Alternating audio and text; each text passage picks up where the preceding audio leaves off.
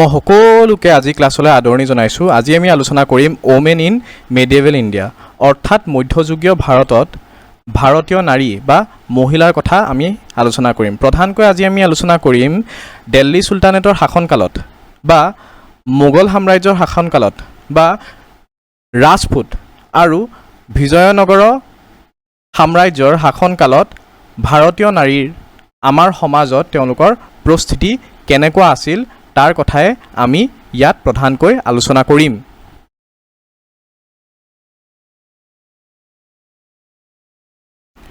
এতিয়া আমি আলোচনা কৰিম position of Indian women in medieval period, অৰ্থাৎ মধ্যযুগত ভাৰতীয় মহিলাৰ কি পৰিস্থিতি বা স্থান আছিলে তাকে আমি এতিয়া আলোচনা কৰিম।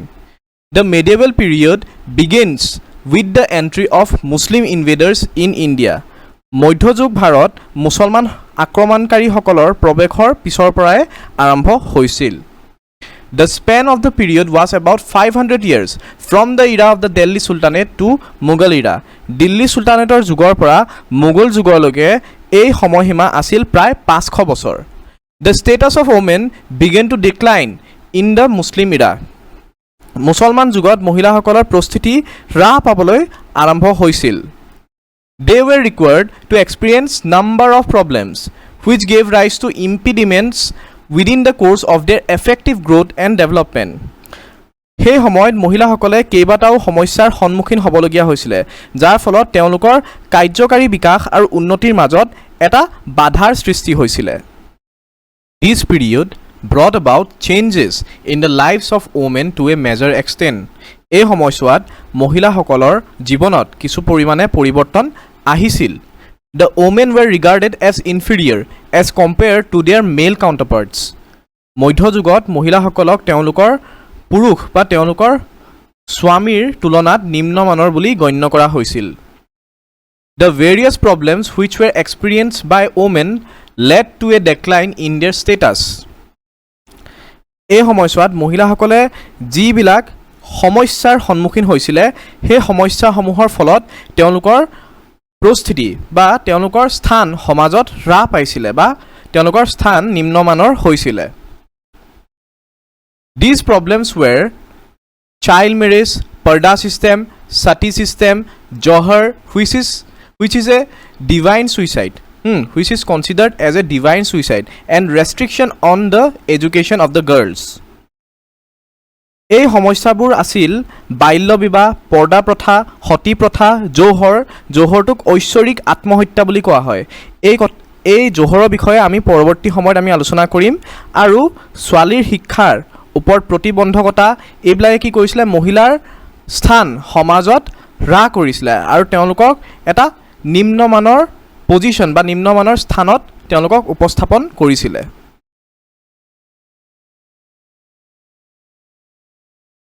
Now we will discuss about the position of Indian women during the rule of Delhi Sultanate. Delhi Sultanate ruled over some parts of India, mainly they ruled over North India from 1206 CE to 1526 CE. এতিয়া আমি আলোচনা কৰিম দিল্লী চুলতানেটৰ শাসনকালত তেওঁলোকে ভাৰতৰ কিছু অংশত তেওঁলোকে শাসন কৰিছিলে। বিশেষকৈ তেওঁলোকে উত্তৰ ভাৰতৰ ওপৰত তেওঁলোকে শাসন কৰিছিলে। কেতিয়ালৈকে 1206 খ্ৰীষ্টাব্দৰ পৰা 1526 খ্ৰীষ্টাব্দলৈকে তেওঁলোকে কি কৰিছিলে, উত্তৰ ভাৰতৰ ওপৰত বিশেষকৈ বা প্ৰধানকৈ তেওঁলোকে শাসন কৰিছিলে। তেওঁলোকৰ শাসনকালত বা তেওঁলোকৰ শাসনকালত ভাৰতীয় নাৰীৰ সমাজত কি পৰিস্থিতি বা স্থান আছিলে তাকে আমি এতিয়া আলোচনা কৰিম। During the Sultanate period, the social status of a woman, both in Hindu and Muslim communities, were very low.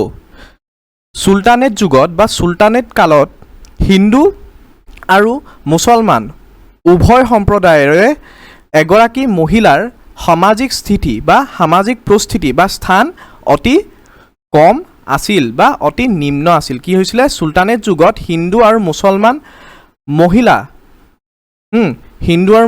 মহিলাসকলৰ দুয়োটা সম্প্ৰদায়ৰে হিন্দু আৰু মুছলমান মহিলাসকলৰ সমাজত স্থান একেবাৰে নিম্নমানৰ আছিলে। She was regarded as the property of men. মহিলাসকলক সেই সময়ত পুৰুষৰ সম্পত্তি হিচাপে গণ্য কৰা হৈছিলে। From the contemporary sources, we have come to know that Firoz Shah Tughlaq prohibited women from even visiting holy shrines. সেই সময়ৰ সমসাময়িক সমলসমূহৰ পৰা জানিব পৰা গৈছে যে ফিৰোজ শ্বাহ তুগলকে মহিলাসকলক আনকি পবিত্ৰ স্থানসমূহত প্ৰৱেশ কৰিবলৈও নিষেধ কৰিছিল। During Sultanate period, many Muslim conquerors married Hindu women, princesses and queens.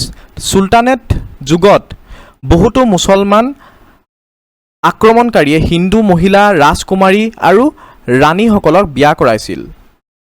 Alauddin Khalji, for instance, or for example, married the Hindu princess Kamala Devi, wife of Karnadeva, the then Raja of Gujarat.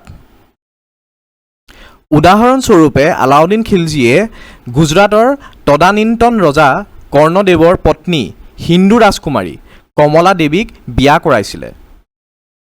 Therefore, after being defeated in the wars, the Hindus killed their wives, daughters and slave girls in order to save their honor. সেয়েহে যুদ্ধত পৰাজিত হোৱাৰ পিছত হিন্দুসকলে তেওঁলোকৰ সন্মান বচাবলৈ কাৰণে তেওঁলোকে কি কৰিছিলে তেওঁলোকৰ পত্নী কন্যা আৰু দাসী ছোৱালীক হত্যা কৰিছিল।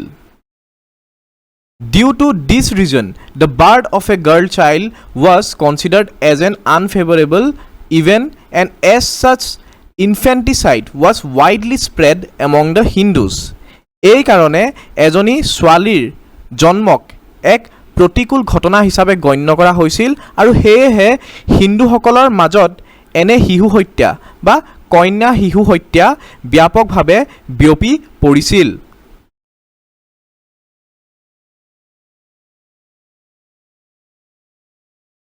Very few names of women are found in this period who became the ruler and showed their talents in various fields.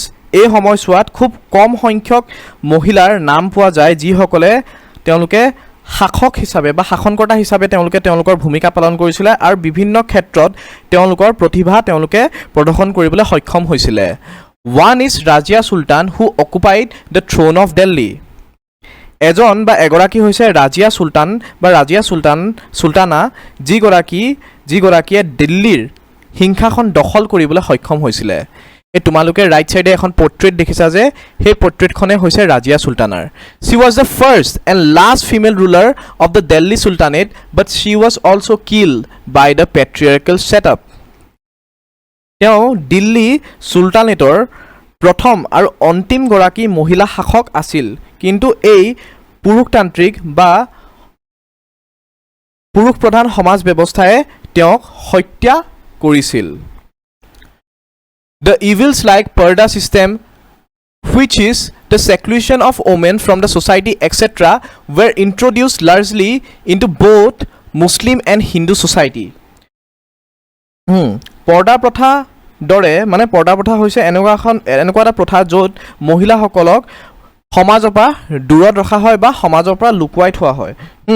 এইটো হৈছে এনেকুৱা এটা কুপ্ৰথা যিটো মূলতে বা প্ৰধানকৈ মুছলমান আৰু হিন্দু উভয় সমাজতে প্ৰৱৰ্তন কৰা হৈছিল। Child marriages were continued to prevail in the society. সমাজত বাল্য বিবাহ অব্যাহত আছিল। Remarriage of widows were also' rare in Hindu society. Hindu সমাজত বিধৱাসকলৰ পুনৰ বিবাহো বিৰল আছিল। Sati was widely prevalent throughout the country among Hindus.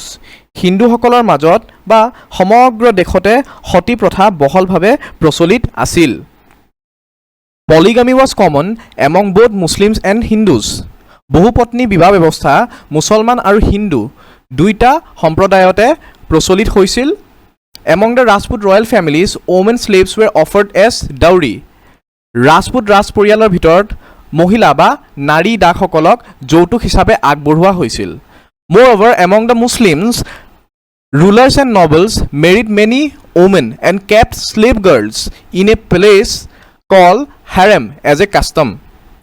তাৰোপৰি বা ইয়াৰ উপৰিও মুছলমানসকলে বা মুছলমানসকলৰ মাজত শাসক আৰু অভিজাত বৰ্গৰ লোকসকলে বহুতো মহিলাক বিয়া কৰাইছিল আৰু দাসী ছোৱালীসকলক এক ৰীতি হিচাপে হাৰাম নামৰ এখন ঠাইত ৰাখিছিল।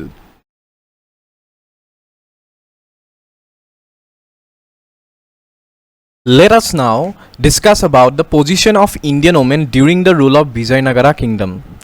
The Vijayanagara kingdom ruled over the southern region of India from 1336 CE to 1646 CE.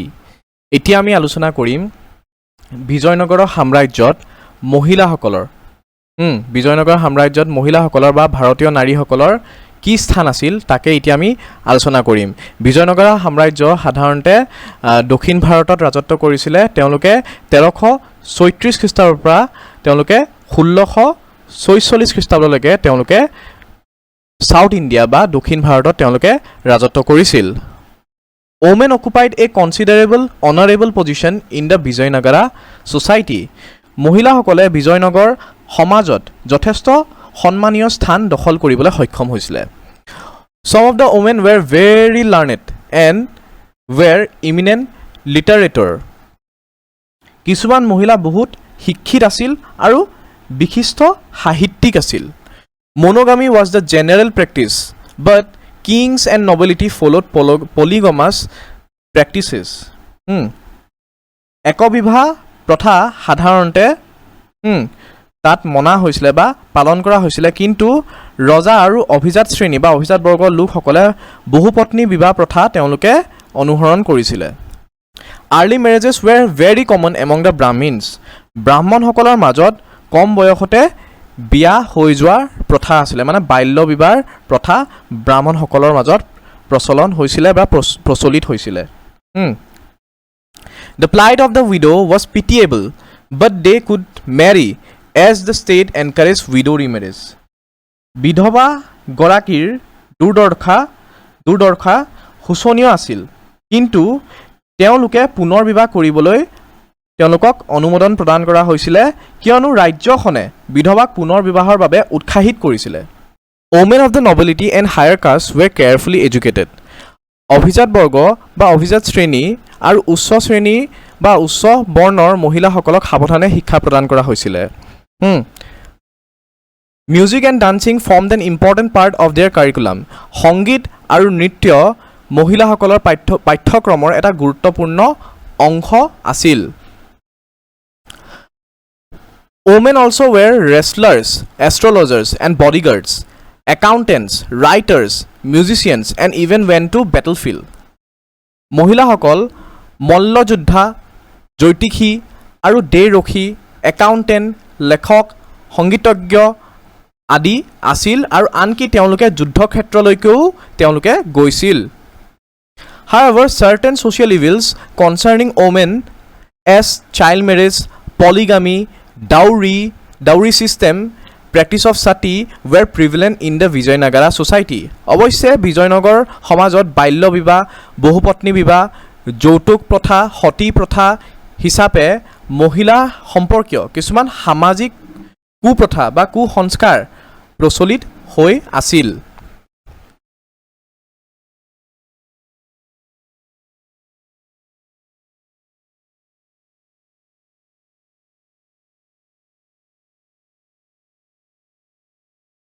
Position of Indian women during the Mughal period. The Mughals ruled over India from 1526 CE to 1857 CE. মোগলসকলে ভাৰতবৰ্ষৰ ওপৰত 1526 খ্ৰীষ্টাব্দৰ পৰা 1857 খ্ৰীষ্টাব্দলৈকে তেওঁলোকে ৰাজত্ব কৰিছিল এতিয়া আমি চাম এই মোগল শাসনকালত বা মোগলসকলৰ শাসনৰ অধীনত বা ৰাজত্ব কালত মহিলাসকলৰ ভাৰতীয় নাৰীসকলৰ সমাজত কি স্থান আছিল তাকে আমি এতিয়া চাম During Mughal rule, the position of women deteriorated due to the strictness of parda system. মোগলৰ শাসনকালত বা মোগলৰ ৰাজত্ব কালত পৰ্দা প্ৰথা কঠোৰতাৰ বাবে মহিলাসকলৰ স্থান বা মহিলাসকলৰ পৰিস্থিতি সমাজত অৱনতি ঘটিছিল But there were some notable, great and learned women during this period. কিন্তু এই সময়ছোৱাত কিছুমান উল্লেখযোগ্য মহান আৰু শিক্ষিত মহিলাও বসবাস কৰিছিল Sati, female infanticide, child marriage, dowry system, etc. were quite popular among the Hindus during this period. এই সময়ছোৱাত মানে মোগল যুগত হিন্দুসকলৰ মাজত সতী প্ৰথা, শিশু কন্যা হত্যা, বাল্য বিবাহ, যৌতুক প্ৰথা আদি যথেষ্ট জনপ্ৰিয় আছিল। Polygamy was common among both Muslims and Hindus. বহুপত্নী বিবাহৰ ব্যৱস্থা মুছলমান আৰু হিন্দু দুটা বা দুয়োটা সম্প্ৰদায়ৰ মাজতে বহুতো জনপ্ৰিয় আছিল। Progressive Mughal rulers like Akbar fought against Sati, but they failed in their attempt. আকবৰৰ দৰে প্ৰগতিশীল মোগল শাসকসকলে সতীৰ বিৰুদ্ধে তেওঁলোকে যুঁজ দিছিল বা সতীৰ বিৰুদ্ধে তেওঁলোকে যুঁজ কৰিবলৈ ওলাই আহিছিল যদিও তেওঁলোকে এই ক্ষেত্ৰত বা তেওঁলোকৰ এই প্ৰচেষ্টাত তেওঁলোকে ব্যৰ্থ হ'বলগীয়া হৈছিল বা বিফল হ'বলগীয়া হৈছিল। The deterioration of the status of Hindu women in the society had led them to be highly dependent on their husbands and other male relatives. সমাজত হিন্দু মহিলাসকলৰ পৰিস্থিতি বা স্থান অৱনতিৰ ঘটাৰ ফলত তেওঁলোকে তেওঁলোকৰ স্বামী বা আন আত্মীয় পুৰুষৰ ওপৰত অত্যন্ত বা সম্পূৰ্ণৰূপে নিৰ্ভৰশীল হ'বলৈ ধৰিছিল। Women could not get equal rights with men and were prevented to participate in social functions and ceremonies.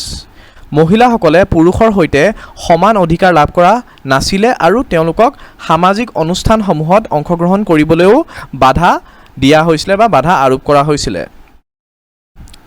During this period, women were expected to observe strict faithfulness in their marriage life. এই সময়ছোৱাত বা মোগল যুগত মহিলাসকলে তেওঁলোকৰ বিবাহ জীৱনত তেওঁলোকে কঠোৰ বিশ্বাসযোগ্য হ'ব বুলি আশা কৰা হৈছিলে।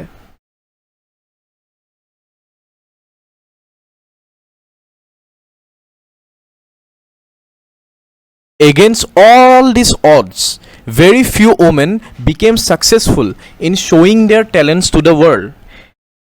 এই সকলোবোৰ প্ৰতিকূলতাৰ বিপৰীতে খুব কম সংখ্যক মহিলাই বিশ্বক তেওঁলোকৰ প্ৰতিভা প্ৰদৰ্শন কৰিবলৈ সফল হ'ল। Some of them were Gulbadan Begum, Nur Jahan, Jahan Ara, Mumtaz Mahal, etc. তাৰে কিছুমান আছিল গুলবদন বেগম, নুৰ জাহান, জাহান আৰা, মমতাজ মহল ইত্যাদি। Gulbadan Begum passed the poetic talent which can be seen in Humayunama, which she wrote. গুলবাদন বেগমে তেওঁৰ কাব্যিক প্ৰতিভা ক্ষেত্ৰত তেওঁ পাছ কৰিছিল বা তেওঁ সফল হৈছিল যিটো তেওঁ লিখা হুমায়ুনামাত দেখা পোৱা যায়। Nur Jahan was the famous Muslim queen of Mughal India who was the combination of beauty and bravery. Nur Jahan Mughal ভাৰতৰ এগৰাকী বিখ্যাত মুছলমান নাৰী আছিল যিগৰাকী গাত সৌন্দৰ্য আৰু সাহসিকতা দুইটা গুণে বা দুইটা গুণৰ সংমিশ্ৰণে দেখা পোৱা যায়। These women became famous because of their intellectual talent, aesthetic values and active participation in the state affairs. এই মহিলাসকল তেওঁলোকৰ বৌদ্ধিক প্ৰতিভা, নান্দনিক মূল্যবোধ আৰু ৰাজ্যিক বিষয়ত তেওঁলোক সক্ৰিয় বা তেওঁলোকে সক্ৰিয় অংশগ্ৰহণ কৰাৰ বাবে তেওঁলোকে সেই সময়ত বিখ্যাত হৈছিল।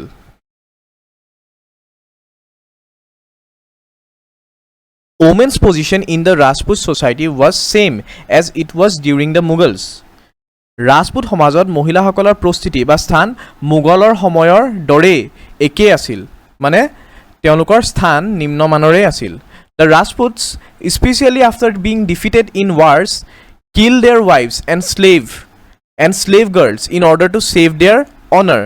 ৰাজপুতসকলে বিশেষকৈ যুদ্ধত পৰাজিত হোৱাৰ পিছত তেওঁলোকে কি কৰিছিলে, তেওঁলোকে তেওঁলোকৰ সন্মান বচাবলৈ তেওঁলোকে তেওঁলোকৰ পত্নী আৰু দাসী ছোৱালীক হত্যা কৰি দিছিল।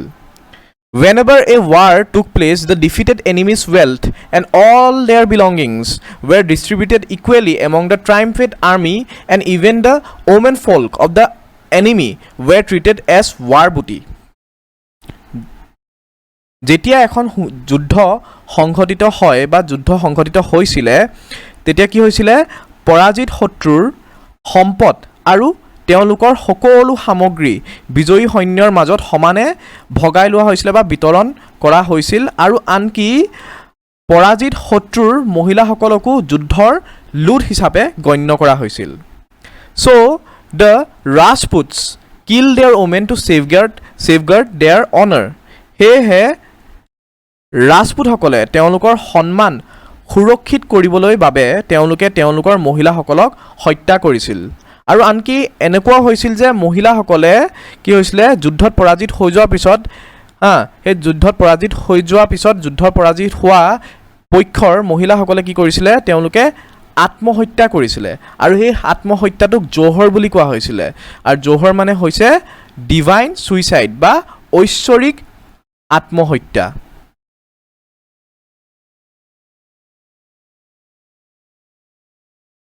জোহৰ হৈছে এনেকুৱা এটা প্ৰথা যিটো প্ৰথা মধ্যযুগ ভাৰতত হিন্দু সমাজৰ মাজত প্ৰচলিত আছিল এই প্ৰথাটো প্ৰধানকৈ ৰাজপুতসকলৰ মাজত প্ৰচলিত আছিল কি হৈছিল যুদ্ধত পৰাজিত হৈ যোৱাৰ পিছত ৰাজপুত মহিলাসকলে বিশেষকৈ তেওঁলোকে কি কৰিছিল নিজৰ সন্মান তেওঁলোকে বচাবৰ কাৰণে তেওঁলোকে গণ আত্মহত্যা কৰিছিল আৰু তেওঁলোকক কি কৰিছিল কেতিয়াবা গণ আত্মহত্যা কৰিছিল আৰু কেতিয়াবা কি কৰিছিল তেওঁলোকৰ স্বামী পিতৃ বা ভাতৃয়ে তেওঁলোকক কি কৰিছিল মৃত্যুদণ্ড প্ৰদান কৰিছিল এইবিলাক কিয় কৰিছিল এই প্ৰথা কিয় অনুসৰণ কৰিছিল এই প্ৰথা তেওঁলোকে অনুসৰণ কৰিছিল যাতে তেওঁলোকৰ শত্ৰুৰ হাতত নপৰে আৰু যাতে তেওঁলোকৰ শত্ৰুৰ বন্দী হ'বলগীয়া নহয় বা তেওঁলোকৰ শত্ৰুৰ দাস হ'বলগীয়া নহয় আৰু যাতে তেওঁলোকৰ শত্ৰুৰ ধৰ্ষণৰ পৰা যাতে বাচিব পাৰে বা নিজকে বচাব পাৰে বা নিজৰ যাতে মান ৰক্ষা কৰিব পাৰে সেই কাৰণে তেওঁলোকে এই জহৰ প্ৰথা যিটোক এটা ডিভাইন সুইসাইড বা ঐশ্বৰিক আত্মহত্যা বুলি কোৱা হৈছিল এই প্ৰথা তেওঁলোকে অনুসৰণ কৰিছিল এই জহৰ প্ৰথাটোৰ এটা সিন 2018 চনৰ পদ্মাৱত নামৰ সিনেমাখনত দেখা পোৱা যায় য'ত দীপিকা পাডুকনে অভিনয় কৰিছিল আৰু দীপিকা পাডুকনে লাষ্টত তেওঁ কি কৰিছিল জহৰ গ্ৰহণ কৰি বা ঐশ্বৰিক আত্মহত্যা তেওঁ গ্ৰহণ কৰি তেওঁ মৃত্যুবৰণ কৰিছিল মই আশা কৰিছোঁ এই আলোচনাসমূহৰ পৰা তোমালোকে মধ্যযুগীয় ভাৰতত নাৰীসকলৰ বা ভাৰতীয় মহিলাসকলৰ আমাৰ সমাজত তেওঁলোকৰ স্থান বা পৰিস্থিতি কেনেকুৱা আছিল সেইটো তোমালোকে নিশ্চয় গম পাইছা আজি আমাৰ ক্লাছ ইয়াতে সমাপ্ত হৈছে in the next class we will start the third unit thank U